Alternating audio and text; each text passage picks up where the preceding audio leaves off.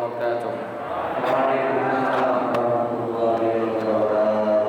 Al-Fatihah ila hadratin Nabi Muhammadin al-Mustafa Rasulillah sallallahu alaihi wasallam wa li jami'i walidina wa masyayikhina wa muallimina wa asatidina khususan li muallifi hadzal kitab Al-Imam Yahya bin Syaraf An-Nawawi wa khususan li muassisi hadzal majlisi wal masjidi anna Allah yaghfir lahum wa yarhamhum wa yu'li darajatihim fil jannah wa yanfa'una bi asrarihim wa anwarihim wa ulumihim wa nafa'ati bid din wad dunya wal akhirah wa ila hadratin nabi al-Fatihah.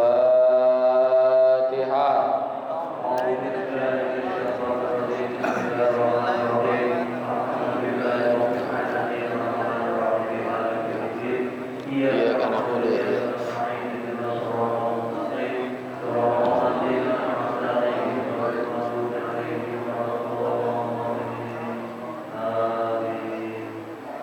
Bismillahirrahmanirrahim. Alhamdulillahilladzi ja'ala ta'limana ta'liman mubarakan fi tuli hayatina wa ja'alahu sababan li husnil khatimati fi akhir umrina. Wassalatu wassalamu ala Taha Muhammadin sayyidina wa ala alihi wa sahbihi humul fudala'i wal kurama. Amma ba'du, yang sama-sama kita hormati dan kita muliakan para guru, para asatizah, para kiai, wabil khusus guru kita al-mukarram Bapak Kiai Haji Ahmad Mihjan, Kiai Haji Farah Furqan, Ustaz Abdul Hamid Mustafa Al-Hafiz, segenap pengurus Masjid Jami Miftahus Salam, Ustaz Haji Daniel, dan juga pengurus Ukhuwah Islamiyah yang semoga semua dirahmati Allah Subhanahu wa taala. Hadirin bapak-bapak, hadirat ibu-ibu yang semoga kita dirahmati Allah. Alhamdulillah pagi hari ini Allah masih memberikan kepada kita nikmat Islam, iman, hidayah, taufik, sehat, afiat, bisa hadir di tempat ini untuk kita menuntut ilmu. Mudah-mudahan Allah berikan kepada kita ilmu yang manfaat, ridho dan inayat, sehat afiat dalam ibadat. Allah berikan kepada kita selamat dunia dan akhirat. Amin. Wa bisanadil muttasili ilal imami muhaddisi rahimahullahu ta'ala wa adaman naf'a bihi wa bi barakati ulumihi wa bikum fid daraini amin. Qala radhiyallahu anhu, wa man satara musliman satarahullahu fid dunya wal akhirah.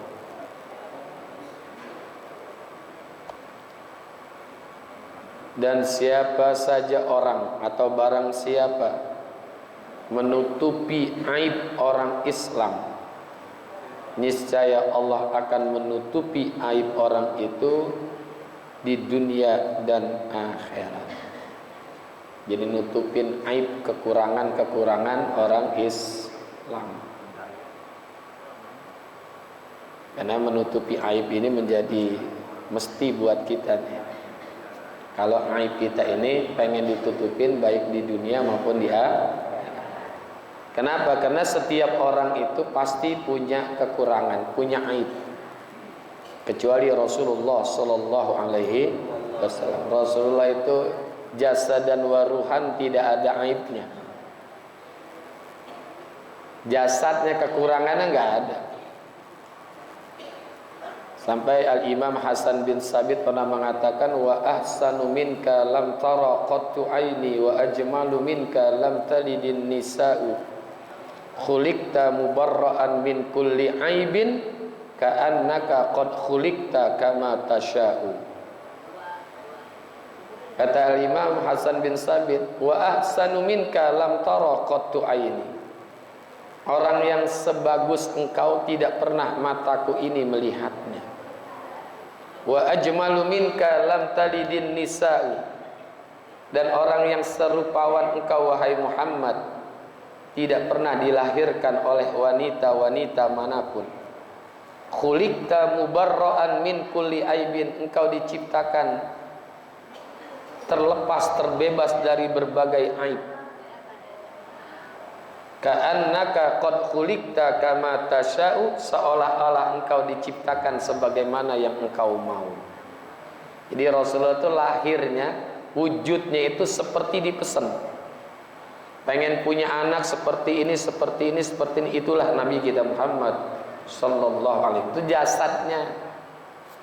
Kalau kita kan mesen kadang-kadang meleset. Sering meleset ya, pengen punya anak mancung, begitu lahir pesek. Pesek masih mending, melesek. Pengen punya anak putih, begitu lahir dodol. Rasulullah nggak ada aib pada jasadnya, luar biasa. Makanya pantas, wa innaka la'ala khuluqin azim. Jadi Nabi Muhammad itu disebut masyhurun fil khalqi wa masyhurun fil khuluqi. Bisa dikenal sosoknya dan bisa dikenal juga perilakunya. Artinya sosoknya bagus, perilakunya juga bagus. Kalau kita kan masyhurun fil khalqi wa masturun fil khuluqi. Sosok kita bisa dikelihatan nih, tapi perilaku kita yang asli belum tahu. Ya, siapa tahu di rumah ada yang dijitakin sama bininya melulu, dijitakin mulu bininya. Ada nggak? Ada. Rasulullah. Makanya nih kita semua pasti punya aib. Dan aib kita ini kalau pengen ditutup, kita aib orang kita tutupin. Sampai Rasulullah sabdakan, man arada ayyazkura aiba ghairihi fazkur aiba nafsika. Kalau kamu iza aradta ayyazkura aiba ghairika fazkur aiba nafsika, begitu hadisnya. Kalau kamu ingin menyebut-nyebut aib orang lain, ingat-ingat dulu aib sendiri. Kalau kita nggak punya aib, silakan dah. Tapi ada nggak manusia yang tanpa aib? Pasti ada. Ya. Di samping punya kelebihan, tapi aib kita pasti ada. Cuman alhamdulillah di dunia ini Allah masih tutupin aib kita. Coba kalau dibuka, ya Allah. Kalau aib saya dibuka di hadapan bapak-bapak nih oleh Allah, mungkin bapak-bapak, ibu-ibu nggak mau kali dekat sama saya. Najis gua sama dia. Jadi Nabi ini ucapin luar biasa. Wa man satara musliman satarahullahu fid dunya wal akhirah.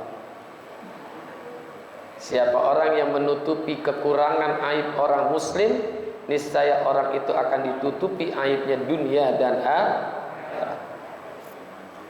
Memang ada, nggak terus-terusan kita tutup aib orang. Pada suatu waktu ada yang harus kita buka. Kapan? Di saat kita jadi saksi di pengadilan. Ya. Itu harus dibuka tuh. Ditanya sama hakim, "Bapak tahu bahwa orang ini begini-begini?" "Ya, saya tahu. Dia melakukan ini, melakukan ini." Itu harus. Jangan nggak dibuka. Diketok sama hakim kita. "Bapak tahu?" "Oh, enggak, saya nggak mau buka aib orang." Nah, diketok sama hakim. Termasuk kekurangan atau aib khotib. Ketika dia ada kekurangan di dalam khutbah, itu wajib dibuka. Ada khotib nih, dia ada kekurangan dalam rukun-rukun khutbah. Salah satunya misalkan tidak menyebut wasiat, itu buka aibnya. Maaf Pak, tadi itu khotib itu tidak menyebutkan wasiat. Itu wajib. Jangan dibiarkan, takut nanti terus-terusan begitu. Nanti kan bisa kita tegur. Tuh, begitu. Tutupin aib. Itu harus, tapi ketika suatu waktu wajib kita buka. Jadi aib. Ya jangan jauh-jauh lah, aib suami, aib istri, itu harus saling menutupi. Ya. Makanya bertemunya antara laki-laki dengan perempuan itu kan untuk menyatukan sesuatu kekurangan. Kan laki ada kekurangannya, perempuan juga ada kekurangannya. Nah itu harus ditutupin. Apalagi dalam urusan-urusan yang sifatnya sensitif. Urusan tempat tidur jangan dibuka, tutupin, ya. Padahal itu bukan aib loh, itu bukan aib, tapi itu tetap nggak boleh dibuka. Kekurangan suami misalkan ngasih duit, ngasih uang belanja sehari cuma 10 juta, tutupin tuh aibnya. Kalah sama DPR. DPR cuma 3 juta. Atau servis makanan yang tidak sesuai sama kita nih Pak, tutupin tuh, jangan diomongin sama temen, ya. Gitu. Ya misalkan ibu dikasih uang kurang mencukupi, ya beli aja sekedar yang cukup. Cukupnya sekedar beli kangkung aja tiap hari, nggak apa-apa, ya nggak apa-apa. Tapi nanti begitu malam Jumat, ibu tidur aja habis maghrib, lah kangkung kan bikin ngantuk.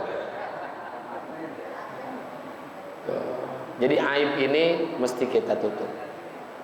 Aib orang, apalagi orangnya sudah meninggal, jangan dibuka-buka. Uzkuru mahasina mautakum wa kufu an masawihim.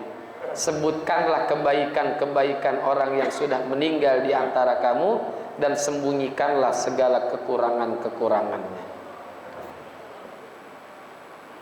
Misalkan ketika ada orang memandikan jenazah, ada cacat pada tubuhnya, jangan dibuka. Tadi gue mandiin tuh dia, ya Allah, jangan dibuka.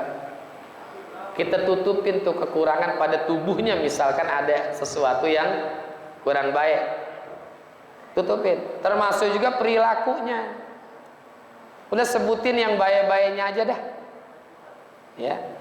Kalau nggak ada yang baik-baiknya, udah kita diem. Ya masa sih orang nggak ada kebaikannya? Segemuk-gemuknya gajah pasti ada tulangnya, sekecil-kecilnya ikan teri pasti ada dagingnya, kan begitu. Sesempurna-sempurnanya orang pasti ada kekurangannya. Sehina-hinanya orang pasti ada kelebihannya. Ada kelebihan kita cari. Kalau emang nggak ada, ya jangan, nggak usah kita sebutin. Misalkan yang mati ini, nih bajingan gitu, bukan bajing lagi nih, bajingan. Kalau bajing cuma makan kelapa, kalau ini kan bajingan, pohon-pohonnya dimakan sama dia, bajingan namanya. Kalau bajing cuma makan kelapa, kalau bajingan kelapa-kelapanya dimakan. Ada bajingan mati, ada kebaikannya pasti. Ya Allah, dia walaupun begitu ya, kalau mau berangkat nyolong, dia cium tangan dulu sama ibunya. Tuh, cakep gak tuh? Mau berangkat nyolong, cium tangan dulu sama ibunya. Tuh kan ada kelebihannya juga kan? Iya. Tuh. Jadi cari kebaikan-kebaikan orang, ya. Gitu. Jangan kita buka keburukan-keburukan. Itu orang yang sudah meninggal dunia. Apalagi orang yang masih hidup, jangan. Itu nanti munculnya namanya ghibah. Munculnya namanya ghibah karena menyebutkan aib orang lain di belakangnya, itu namanya ghibah. Ya, ghibah. Nyebutin ini, kekurangan ini. Gosip kalau bahasa sekarang namanya gosip.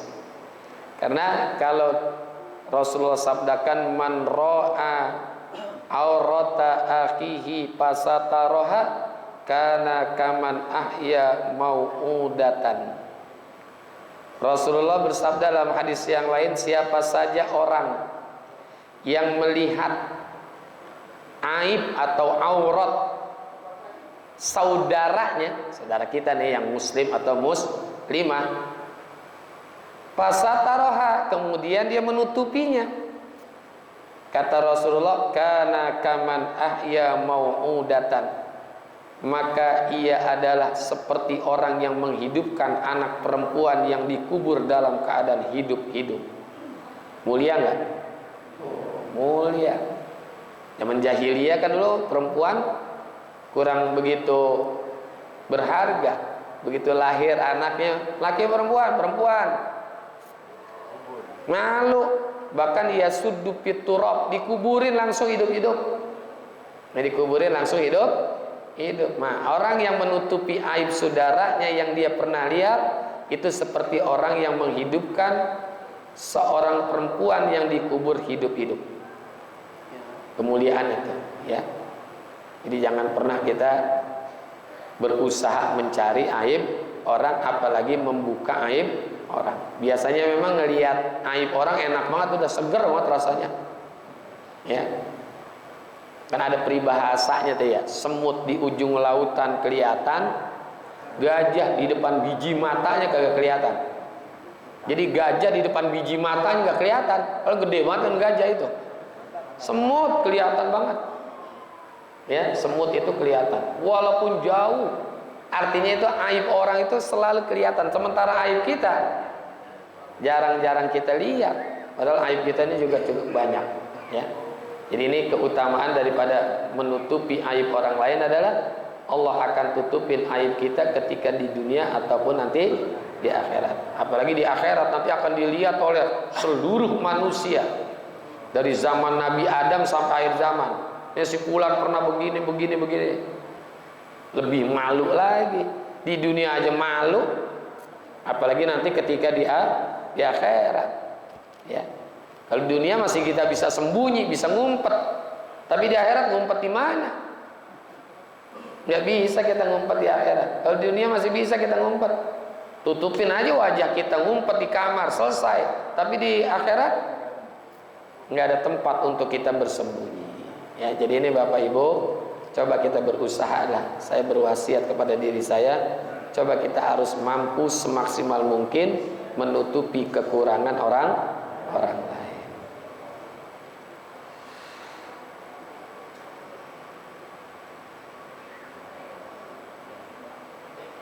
Wallahu a'lam bishawab. Dan saya mau ke acara di Bahari ini 6:30, saya janji ini udah lewat dikit nih. Dan mudah-mudahan manfaat, panjang umur, sehat, afiat, lulus kita punya hajat, mati kita husnul khotimah. Al-Fatihah.